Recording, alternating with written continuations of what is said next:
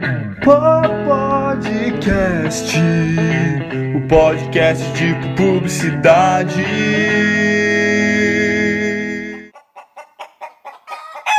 Olá, eu sou o Ricardo, vamos falar aqui sobre o ENAD. Eu estou aqui com a professora Graziela Scopel, do NAPED, e, bom, olá professora, tudo bom? Tudo bom, Ricardo? Eu queria começar o programa e tal, já perguntando o que é o NAPED exatamente e tal. Eu vi que eu fiquei sabendo um pouco, mas eu queria saber então qual a função dele.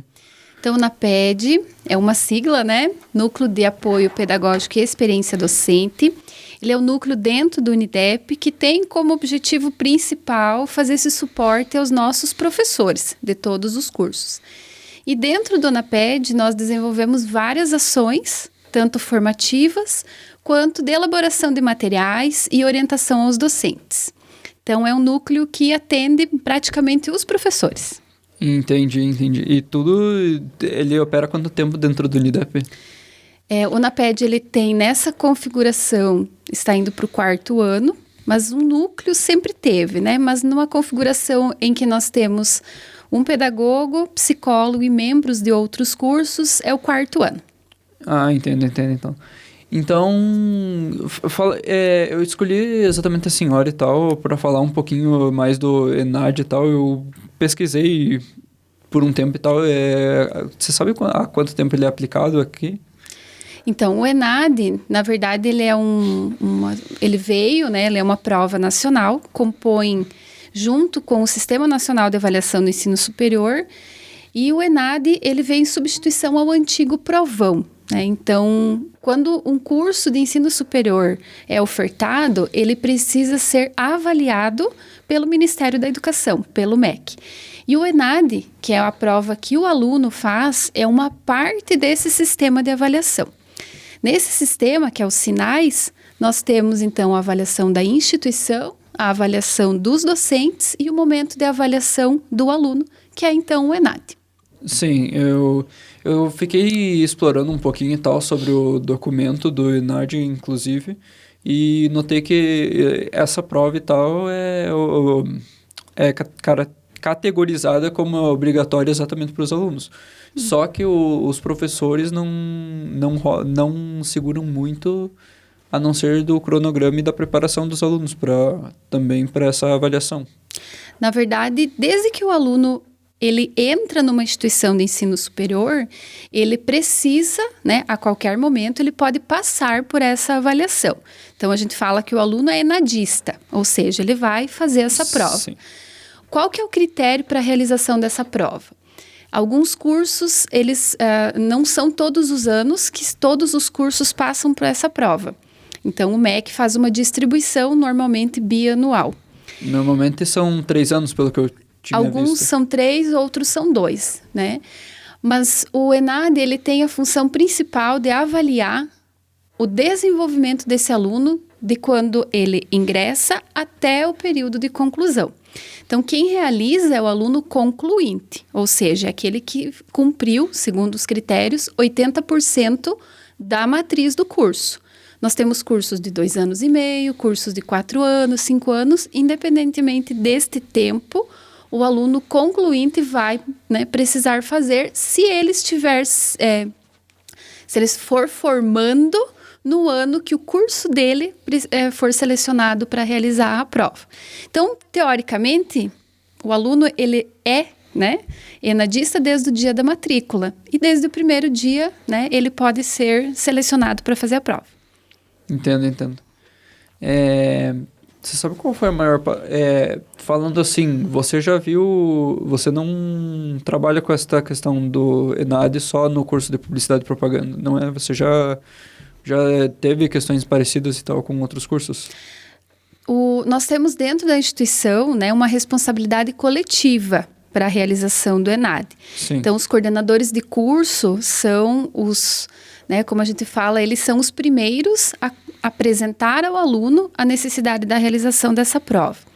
Então, dentro da instituição, o coordenador, junto com os setores, no nosso caso na PED, né, que estamos falando hoje, mas nós temos, por exemplo, o NED, que é o Núcleo de Experiência Discente, que também dá um suporte aos alunos, e também a reitoria, né, juntamente com a diretoria de graduação, com análise de dados, né, olhar para os números dos anos anteriores, verificar os alunos se estão matriculados. Então, basicamente, o primeiro contato, né, dentro da instituição, independentemente do curso, é o coordenador de curso.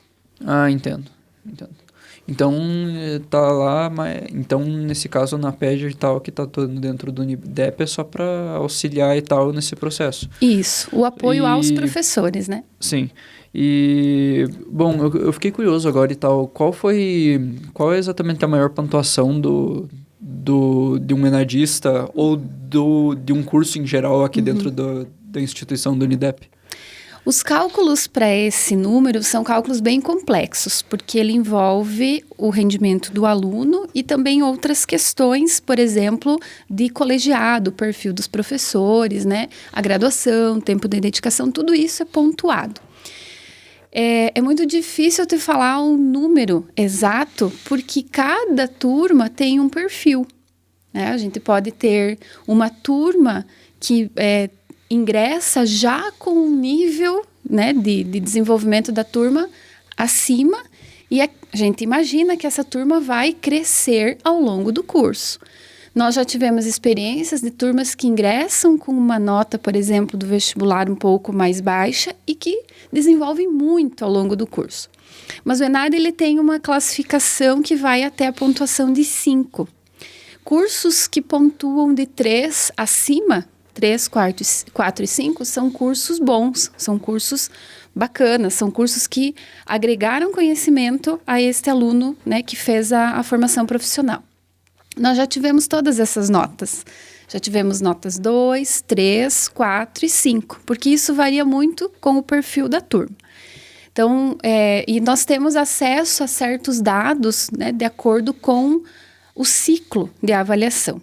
Então, no último resultado, que foi há poucos dias, inclusive, nós tivemos cursos com nota 4, nota 5 também. Entendi.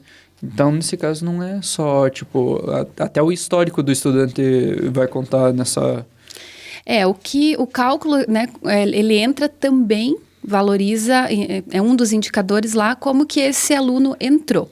E é basicamente isso que esse cálculo todo, né, que é um cálculo bem complexo, ele faz justamente essa análise da nota da turma ingressante, da nota do vestibular, que é um cálculo, né, uma das informações que entra lá, com esta prova, que é uma prova nacional, que tem como objetivo avaliar a qualidade dos cursos no Brasil.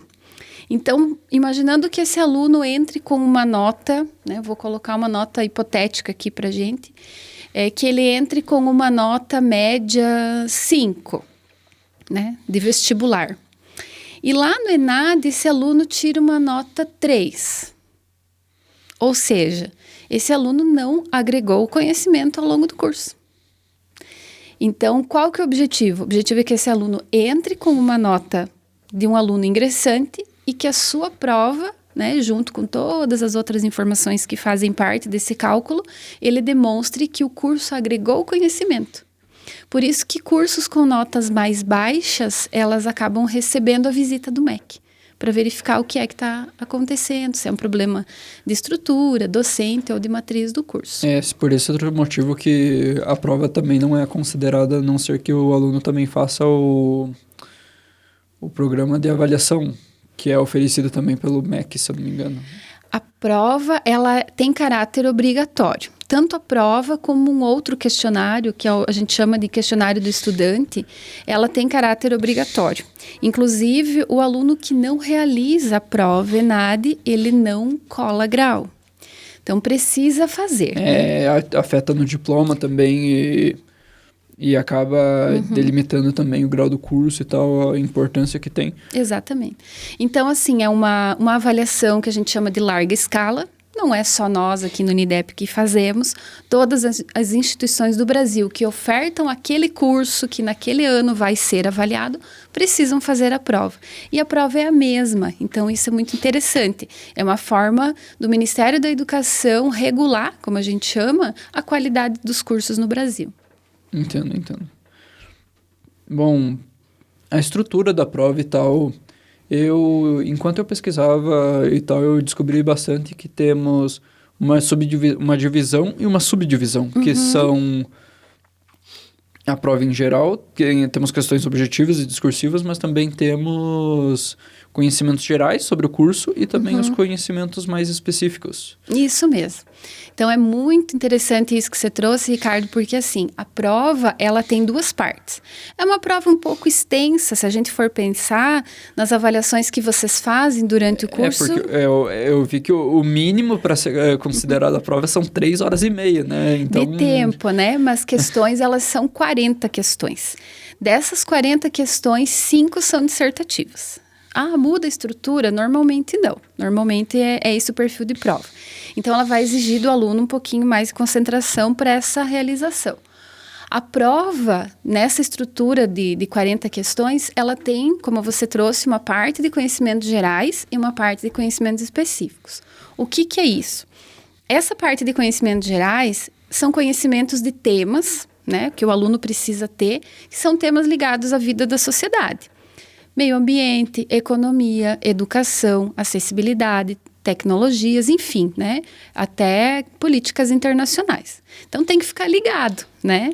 Ler naturalmente, né? Um publicitário tem que estar ligado sobre os assuntos que envolvem o mundo, a sociedade. Isso aí. Não só o Brasil, né? Mas como o mundo publicitários mesmo. E como profissionais. Então, a prova de conhecimentos gerais, o mais interessante é que ela é a mesma para todos os alunos enadistas. Então, você vai fazer no teu curso de publicidade, alguém vai fazer, por exemplo, no curso de psicologia, a prova vai ser de conhecimentos gerais, é a mesma.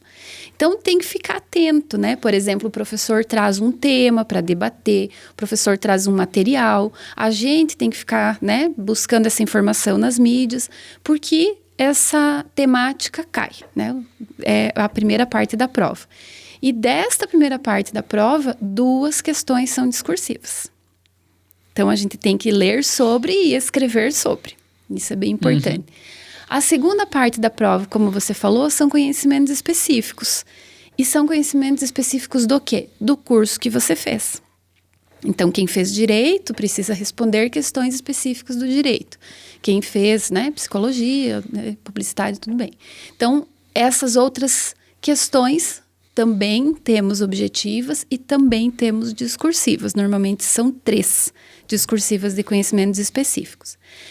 Neste cálculo que eu comentei antes, tem uma certa diferenciação, que eu não vou saber te dar esse detalhamento, mas normalmente as de conhecimento específico, elas têm uma pontuação um pouquinho maior do que a de conhecimento geral. Ou seja, você vai se formar naquela área, você tem que dominar aquela área. Então, normalmente, a área específica do cursante, ela conta um pouquinho mais na hora do ENAD. Isso aí. Aí, às vezes, a gente tá lá na sala de aula, o professor tá falando algo, né? Pessoal, presta atenção que isso aqui vai sempre no ENAD, porque é um conhecimento estruturante do curso. E é isso, né? A gente acha que estudar às vésperas da prova vai resolver. Não vai. As questões, elas são questões bem amplas, relacionadas à profissão, e algumas delas envolvendo conhecimentos de mais de uma disciplina do curso. Então, temos questões também interdisciplinares. E, normalmente, a prova é organizada de uma forma em que a gente tenha em torno de 25% de questões de nível fácil, 50% de questões de nível médio e 25% de questões de nível difícil. Mas a quantidade continua a mesma, porque sempre 40 questões para... 40 questões. E para todos e tal. Bom, perguntaria como que funciona, mas não acho realmente necessário saber a estrutura e tal. Eu já teve situações onde o número de questões era mais ou chegou a ser... Não, é modelo padrão. É. Bom, acho que nessa, enquanto a gente está falando sobre a estrutura da prova e comentando bem os detalhes dela, eu acho que era bom saber um pouco da preparação, né? O site do Unidep já disponibiliza certas dicas e tal, que acho que são as mais gerais que são usadas para esse tipo de prova. Mas eu queria saber um pouquinho mais sobre as preparações e também as dicas, porque como você comentou, né? Sobre preparações, não é estudar nas vésperas do ENAD que vai resolver. Não, é isso aí. Dicas de prova é muito delicado porque cada um vai aprendendo um jeito, né? Tem pessoas que gostam de ler a prova primeiro, né? E isso é super bacana, isso é super indicado. Quando você passa, né, visualmente, folheia a prova e verifica as questões que tem, isso te dá uma certa organização para o tempo de prova, né? Entregar a prova com questões em branco, automaticamente isso já vai tirar a pontuação, né? Mas a gente sempre orienta fazer esse olhar geral sobre a prova, e isso não só para a ENAD, para as provas que vocês fazem nas disciplinas, né? Que vocês consigam olhar para essa prova e fazer essa leitura geral, né? Vai reavivando. Mapear também as questões e... Isso, aquela questão que você já... Opa, isso aqui eu já vi. Opa, isso aqui eu tenho mais facilidade. Então, isso é muito bacana. A gente sempre fala, né? Fazer essa leitura geral. A dica, né? É que vocês leiam a prova 3 vezes. O tempo é apertadinho. Mas que a primeira vocês façam... Eu acho que isso a maioria das pessoas se assusta um pouquinho e tal, porque... Às vezes a gente tá naquela ansiedade e tal, né? Tipo, ler uma vez a prova inteira antes de responder qualquer questão já é uma coisa. Daí a pessoa vai lá 2, 3 vezes, realmente... A primeira seria essa leitura diagnóstica que a gente chama, para você se inteirar da prova, identificar os temas e reconhecer aquelas questões que você já viu. A segunda, você vai fazer a leitura resolvendo, né? Resolvendo... A dica que a gente sempre dá é que você resolva aquelas que você sente segurança para fazer primeiro. Aquela que é mais fácil para você. E a última leitura, você volta realizando aquelas questões que você ficou com dúvida ou que você não lembra, né? Poxa vida, eu não consigo lembrar disso. Porque essas você vai acabar dedicando um pouco mais de tempo. Então, quando você faz primeiro aquelas que você conhece, significa que você vai também se sentir mais seguro para, né, já tá uma parte da prova feita, para você se dedicar para aquelas que são um pouquinho mais delicadas para fazer. É que vem. Aí é que vem também o chute, né? O famoso Então... nas questões que não dá problema. Esse é um ponto delicado, né? A gente falar sobre isso, porque a prova, ela, né, vai trazer questões ao longo do curso. Então, subentende-se que o aluno viu aquilo durante o curso. Se você realizar uma prova em que você precisar fazer muitas indicações ao acaso, aí, como a gente fala, significa que alguma coisa não foi bem preparada, né? Ou por parte do aluno, ou por parte da própria matriz do curso. Sim. Mas a gente percebe, assim, pelo histórico, que quase sempre os nossos alunos viram aquele assunto, porque a prova, ela não é feita, né? E a gente olha, na verdade, não só o resultado da prova, mas a qualidade do profissional que a gente forma. Né? E o curso de Publicidade e Propaganda em específico, né? Exatamente porque eu também sou do curso. Ele sempre teve uma pontuação boa e tal, de acordo com o nosso coordenador também. Isso aí. E uma outra dica, Ricardo, que a gente dá, e aí é muito bacana para vocês alunos, né? Durante o curso, sempre são disponibilizados para vocês oportunidades de simulados. E aí o pessoal, né, às vezes fala, eu não vou fazer o simulado porque, né, queria estar fazendo um trabalho, às vezes, de uma disciplina e tudo mais.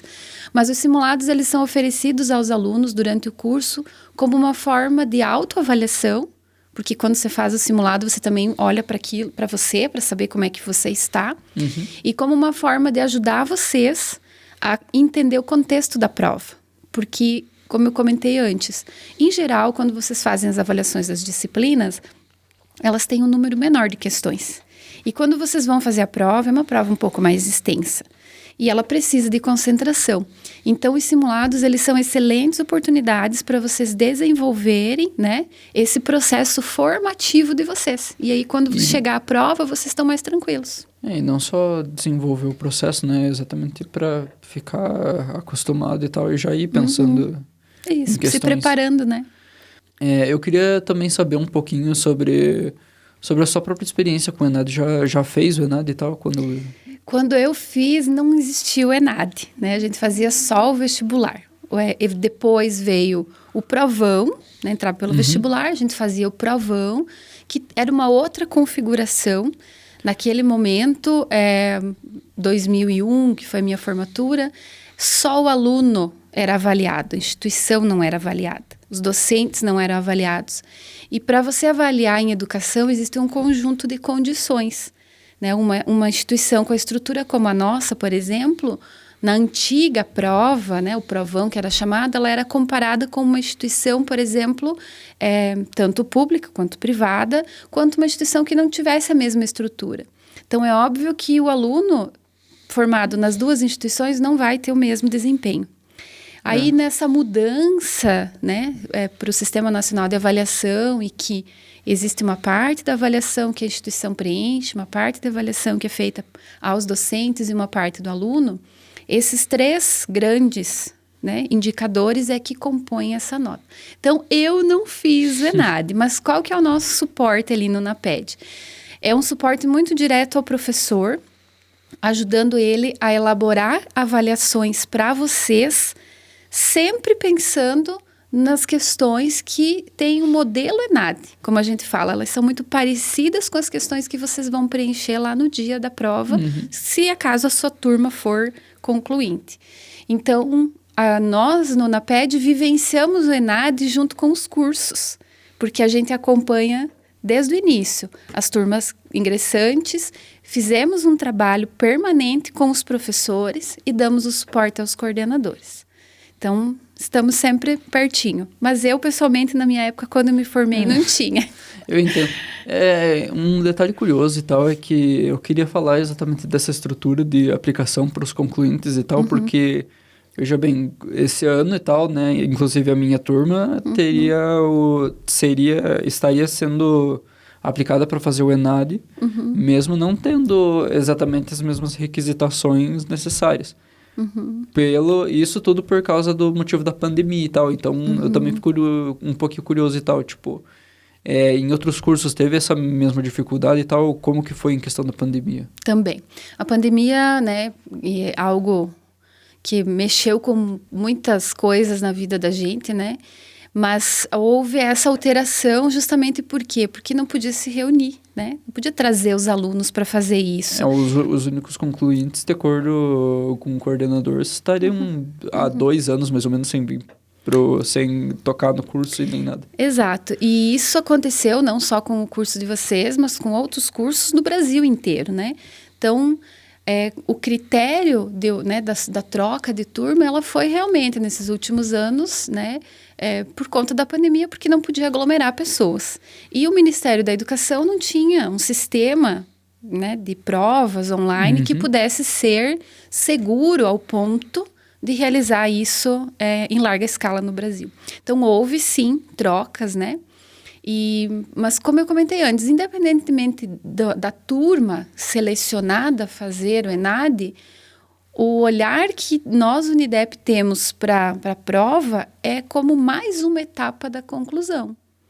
Então, se a tua turma não foi a selecionada, o próximo vai ser e tudo bem, porque a qualidade do aluno, né, da formação do aluno é que é mais importante do que, né, a prova ela vai ser uma etapa da finalização aí do curso. Embora seja bem importante, ela ainda é uma etapa e tal. Exatamente. E aí é muito legal, sabe, acho que para finalizar, assim, essa reflexão, é importante dizer, assim, que, poxa, né, a gente pensa às vezes assim, nossa, não vejo a hora de me formar, mas eu tenho ainda que fazer essa prova.